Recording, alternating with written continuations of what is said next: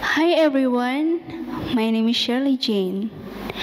Today I would like to present you an East Java folklore which is originated from Tulungagung, a story called The Deaf Mountain.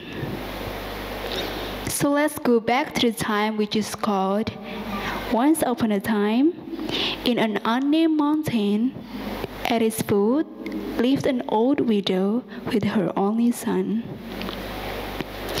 She was known as Mbok Rondo Dadapan, and her son was Joko Tawang. Age-wise, Tawang was marriageable, but he had not yet married. Unsurprisingly, Mbok Rondo, her mother, did not expect him to get married. It is bizarre, isn't it? Well, let me tell you the cause. Tawang had a great lack of intelligence and common sense. At times, he raked people with his stupidity. So there was not a single woman who wanted to interact with him. No one, not until one fine morning. Tawang had to pick water from the stream and also wash his clothes. Before going to the river, he asked her mother, "Mother, can't you find me a wife? I'm not young anymore. Poor of me." Mbok Rondo sighed and said, "Just pick the water and wash your clothes properly." Tawang did not give up. He reasoned, "If only I have a wife, I won't need to do the woman's job. Only then I can do my job properly as a man. It needs a lot of strength to pick water for you, and I still need to do the laundry. Oh my God." Mbok Rondo was so sad to hear that. "Oh God, just give him a woman who will set him free from any job, if any." Tawang was so stupid. He was happy to hear that. "Thanks, mother. I know I can always count on you. Thanks for the prayer." And Tawang went to the river happily. To the surprise in the riverbank, Tawang found a lady. She was unconscious. Her clothes was worn out and her body was full of wound, blood, sweat, and dirt. Having known the lady was still alive, he broke his home. "Mother, look what I found. What happened to her? Where did you find her?" "God answer your prayer, mother. What are you waiting for? Help her." Tawang was smiling ear to ear, while her mother taking care of the unconscious lady. The sun set. The lady regained her consciousness, and she sat down in the bed she had been laying unconsciously all day, and said in a soft and pleasant voice, "Pardon, where am I?" Tawang replied to her, "At my house, I saved you." The lady stayed quiet for a while and then said, "Thank you, my lord and madam. I will take my leave now." "Why? Where are you going? I saved you." Tawang stopped the lady from leaving. Seeing Tawang's reaction, the lady was so scared. She wanted to run from him, but her legs were weak. "My lady, forgive my son's rudeness. Please stay, at least until you heal the wound." Seeing the kind gesture of Mbok Rondo, the lady stayed. "Thank you for your kindness. My name is Kembang Sore." Not long after living together, Tawang proposed to Kembang Sore.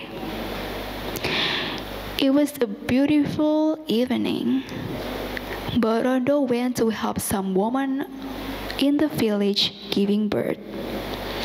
Tawang and Kembang Sore were left alone at home. "Marry me," Tawang said confidently, not realizing his feelings was unrequited, of course. Meanwhile, Kembang Sore tried to find a way to reject the proposal.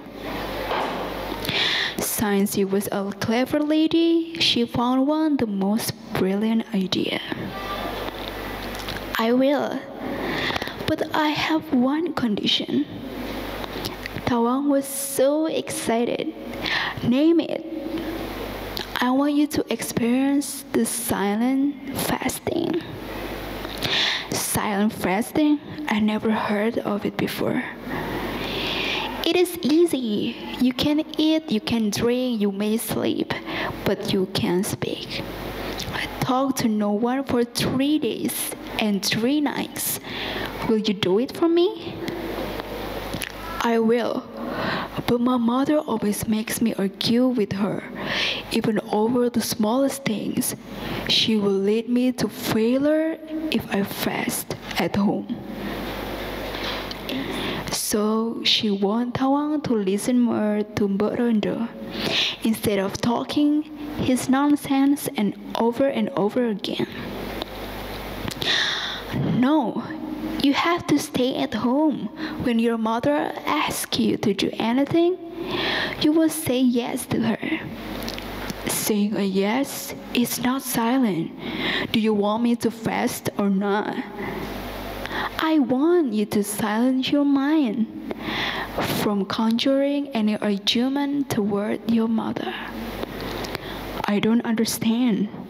I will find my own way to succeed." And then Tawang left Kembang Sore alone. The night passed. Tawang was not seen anywhere near the house. In the following morning, Kembang Sore went to find Tawang. The house was left empty. At the afternoon, Borodo came back. She found no one at home. She worried the whereabouts of the 2 youngsters, but she guessed maybe Tawang was at the top of the mountain. Borodo climbed and reached the top of the mountain. Her guess was right. She found her son. Tawang sat under a big tree. Cross-legged, she felt relief. "Tawang, my son, what are you doing up here?" Tawang didn't answer. He turned his head to his mother, but didn't answer. Instead, he covered his head with chikra. It made her mother angry. As the result, Borodo said her first and last harsh word that Tawang could ever heard. "Tawang, Joko Tawang, your mother called, you didn't answer. You are not Tawang, but Budheg, Joko Budheg. Just stay deaf like a stone. Never answer me ever again." Upon finishing her words, a thunderbolt flashed and Tawang turned into a stone. Borodo was shocked for what happened. She regretted her words and sobbed hardly. From that point of time, the unnamed mountain was called as Gunung Budheg, or in English, the Deep Mountain. The end. We are social creatures. In order to live in harmony with others, we need common sense. And one way to improve our common sense is by listening. Listen to understand instead of listen to answer. life problems lies not in the head, but in the heart. And of course, never in the heat of the moment. I think that's the moral value from the tragedy of Jawa Tanggung. I am Shierly Jane from SMA Santo Thomas Aquino, Tulungagung. Thank you.